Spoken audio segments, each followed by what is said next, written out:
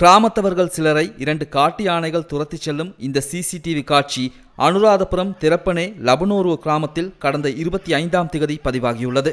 அன்றைய தினம் 2 காட்டு யானைகள் கிராமத்திற்குள் புகுந்ததாகவும் அவற்றை கிராமத்தவர்கள் ஒன்றிணைந்து காட்டுக்குள் விரட்டிச் சென்ற போது அவை திடீரென திரும்பி துரத்த ஆரம்பித்ததாகவும் நியூஸ் ஃபர்ஸ்ட் செய்தியாளர் கூறினார்.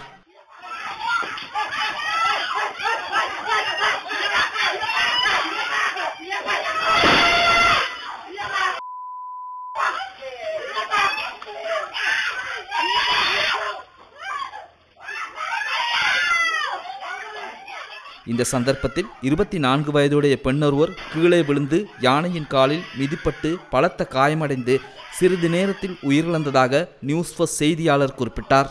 இதன்போது மற்றொருவர் காயமடைந்ததுடன் அவர் தொடர்ந்தும் அனுராதபுரம் போதனா வைத்தியசாலையில் சிகிச்சை பெற்று வருகின்றார்.